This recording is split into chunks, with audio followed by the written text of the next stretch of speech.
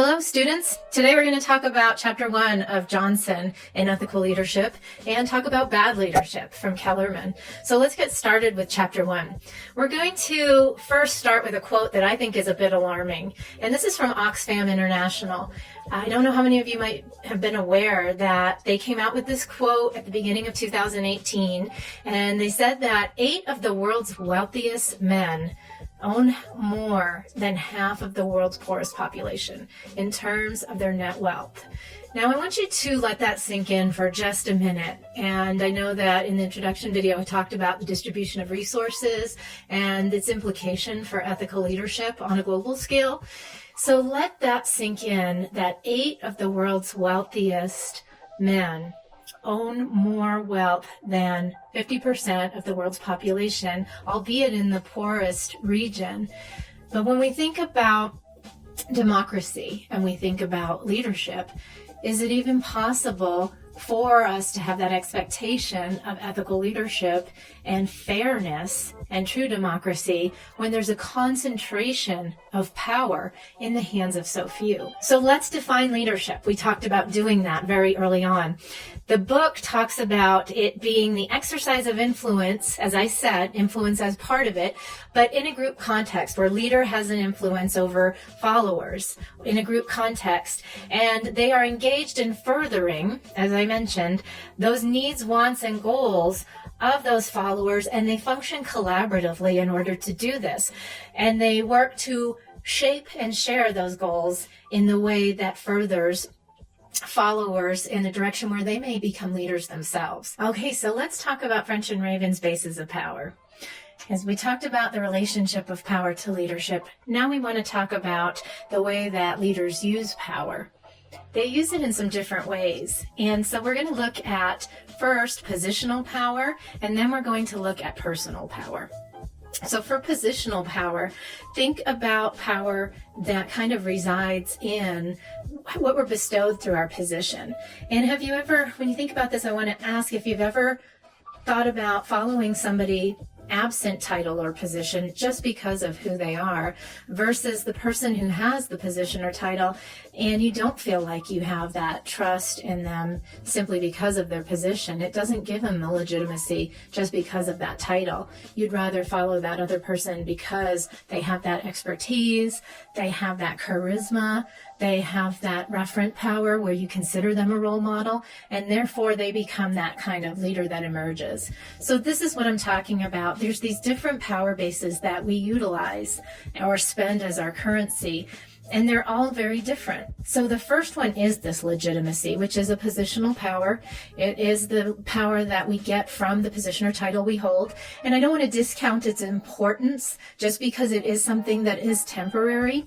It can be taken from us. So we hold it as long as we hold that position or title. And when we lose that position or title, we no longer have that power we can operate from. 2 other power sources that are considered positional can also, I think, be a little bit in the personal area, but those are considered what you may have heard of as the carrot and the stick, and that would be coercion and reward. The reason they're considered somewhat positional is many times they are used as a result of our position because we're often able to offer a reward or a threat of something that is unpleasant or coercive, like a demotion, or, you're going to have to work on Saturday if you don't meet this quota. And those are things that very much fall in line with a position or a legitimate title when you're able to offer those rewards or that coercion to get somebody to do what you want them to do. The shadow of power, however, is when you utilize those power bases in an abusive way. I think every leader starts out thinking, I can handle power, I can handle a situation. And I don't think leaders ever seek to start out being unethical, but we've seen leaders again and again fall in situations where they're given ultimate decision-making authority and tremendous power. Let's move to the shadow of privilege. We think of privilege in terms of those who have and those who have not. And obviously, when we talk about the quote from Oxfam, we see a difference in the distribution of resources, and this is somewhat to be expected.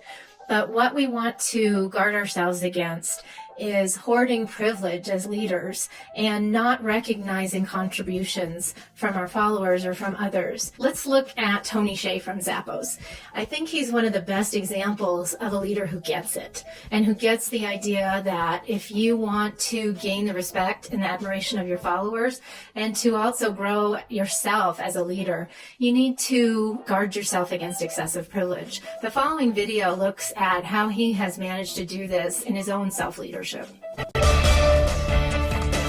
Welcome back. There are more than 500 billionaires in America, but one who stands out right here in our very own backyard. Tony Hsieh is the CEO of the online shoe company Zappos.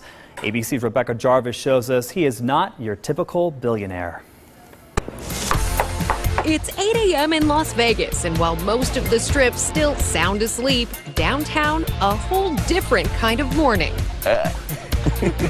I've probably lived 10 places in my entire life, and this is definitely my favorite so far. We're meeting Tony Hsieh. Worth nearly $1 billion, he's the 41-year-old CEO of online shoe company Zappos, who owns just 4 pairs of shoes. Welcome to my home.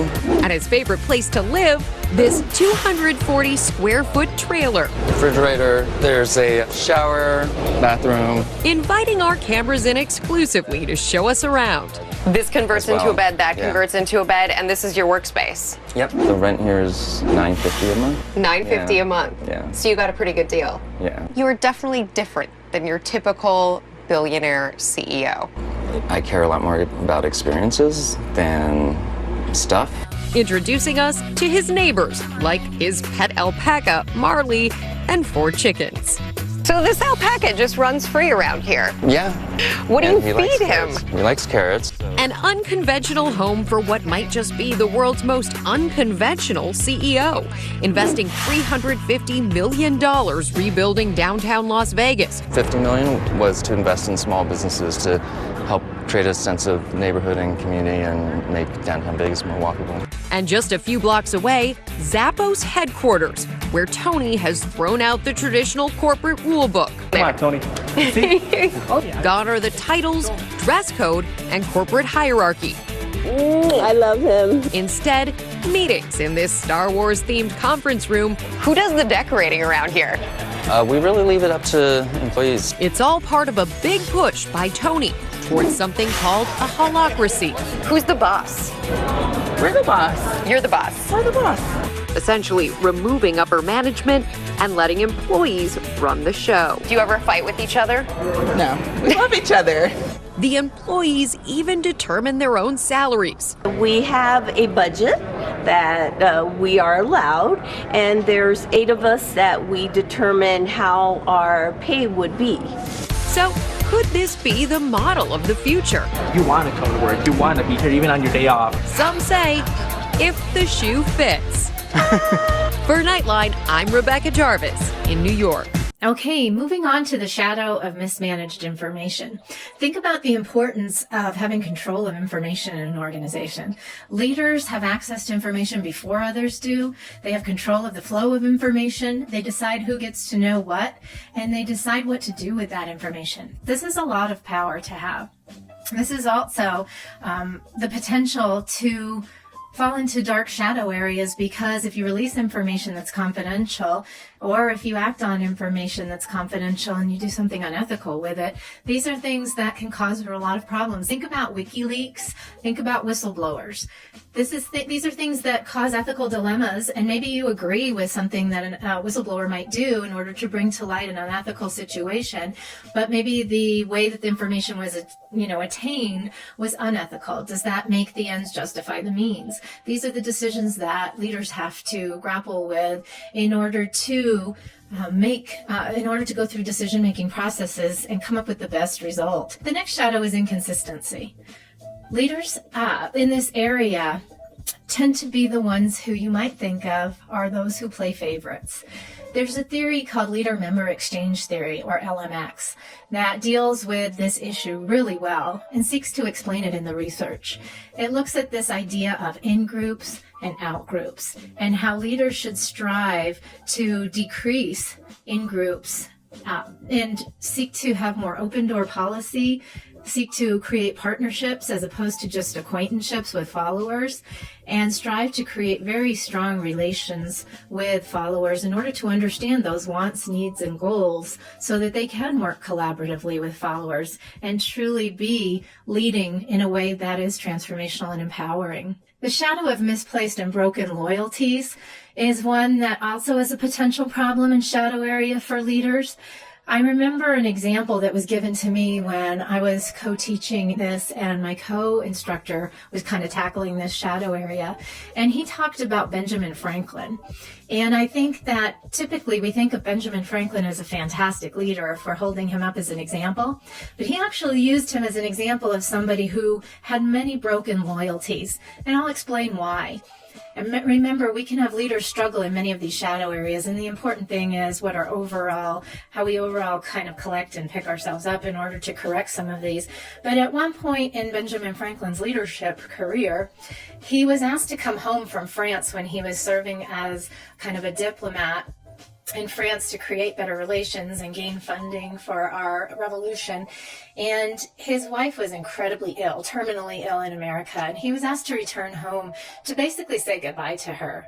And this was by his son and his family members. And he refused to come home and basically chose his work over his family, which is not the first time a leader has done so.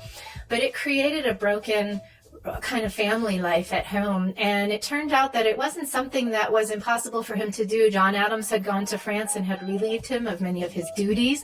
He was actually free to return home. The reason that he didn't do it turned out to be that he had formed kind of an attachment with somebody in France.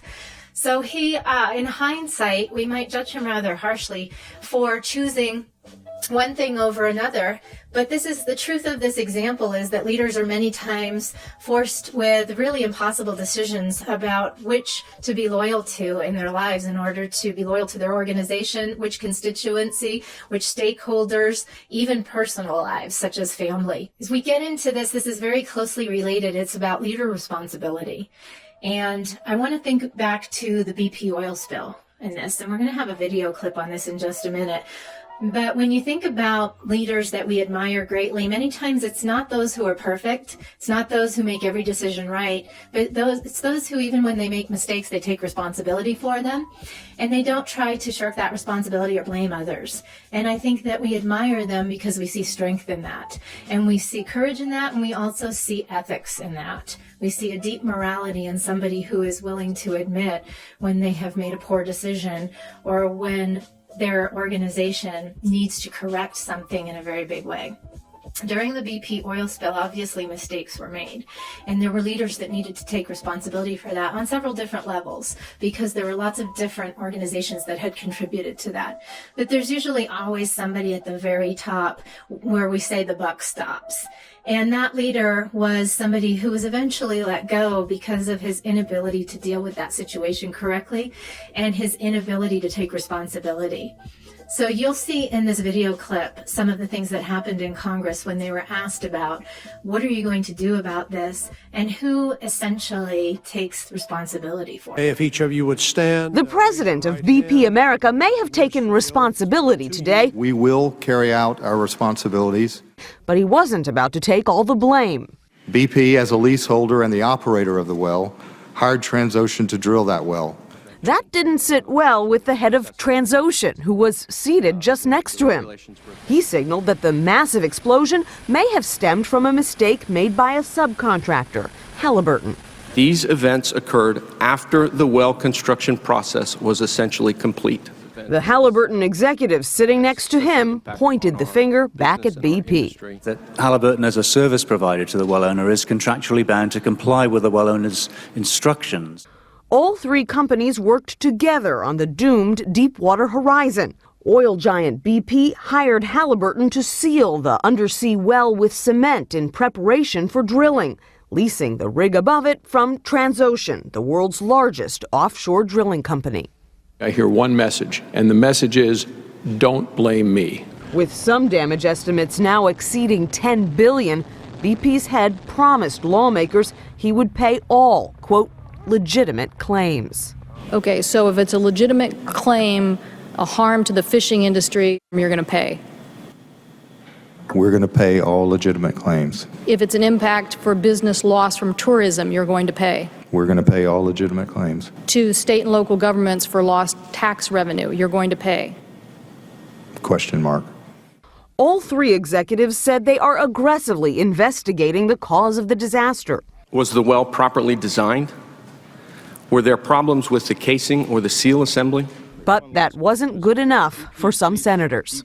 This sure fits, in my view, a pattern of serious safety and environmental problems at BP. I'll acknowledge we've had issues and we've got to change some of the areas of the company. The administration is calling for federal changes, too. It wants to split the entity that oversees offshore drilling in half so that the part that collects huge royalties from oil companies then doesn't have to turn around and regulate them, Katie. All right. Nancy Cordes on Capitol Hill. Nancy, thank you. We're moving out of the shadow areas that I've highlighted for you. And we're just going to end today in chapter 1, as I said, on Kellerman. The way that Kellerman profiles leaders, we're going to look at that category system or profiling. And then finally, the 7 types of bad leaders. So let's just look at that really quickly to finish out today. The webs of significance are the way that Kellerman sees power, authority, and influence kind of intertwining in this web.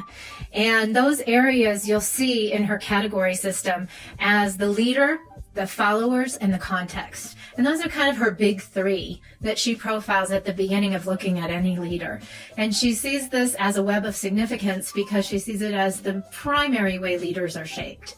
And so looking at the leader themselves, we're kind of looking at the type of leader, which one of the 7 types, and then looking at how they are influenced by the context and the followers. And the third being the context. Is the leader a leader in a political context, an organizational context, an education context?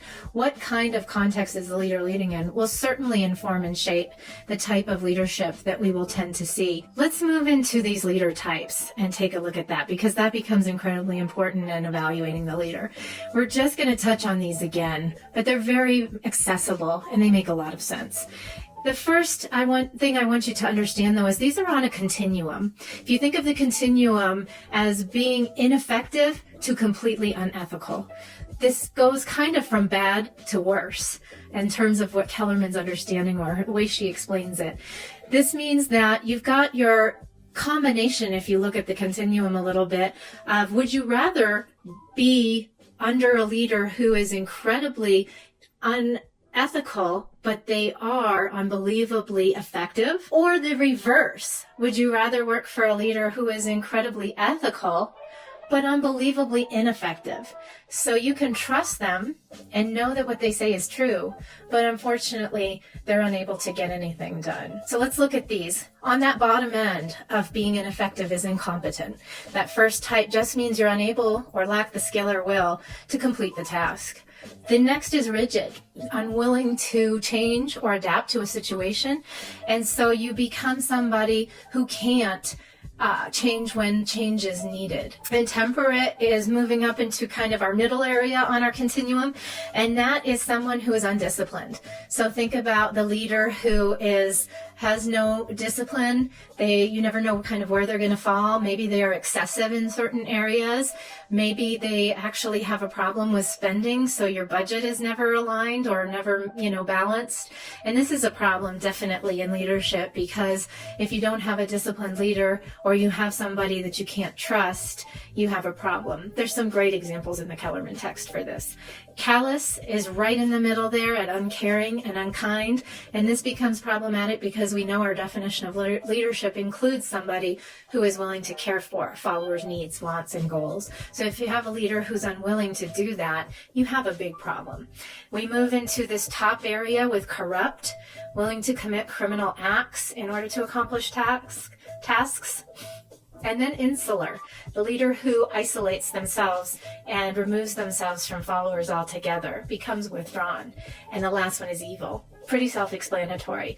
Commits atrocities, willing to do harm, willing to commit the ultimate harm, treating followers as a means to an end or as objects. So let's end on that note. We've touched on Kellerman today. We've kind of touched on the shadow areas in the first part of Johnson, and we're going to end with something that's a little more upbeat, and that is if we want to master these dark shadows, we need to be very self-aware.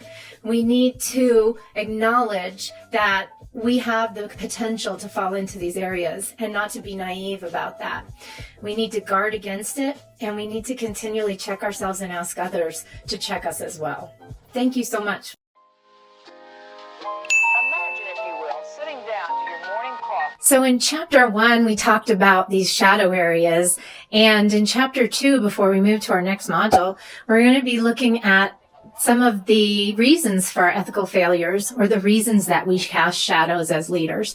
And these are having to do with things like decision-making processes. You're going to be doing an activity looking at the decision-making processes that nurses face. And when you think about the things that nurses have to make decisions about on a daily basis, they have to consider a lot of different ethical choices in order to meet the needs of their patients.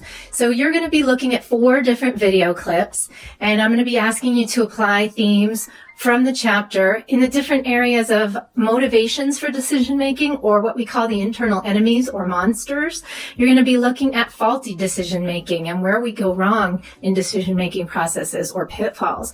You're going to be looking at moral imagination and the way that we can be creative in our decision making processes in order to problem solve.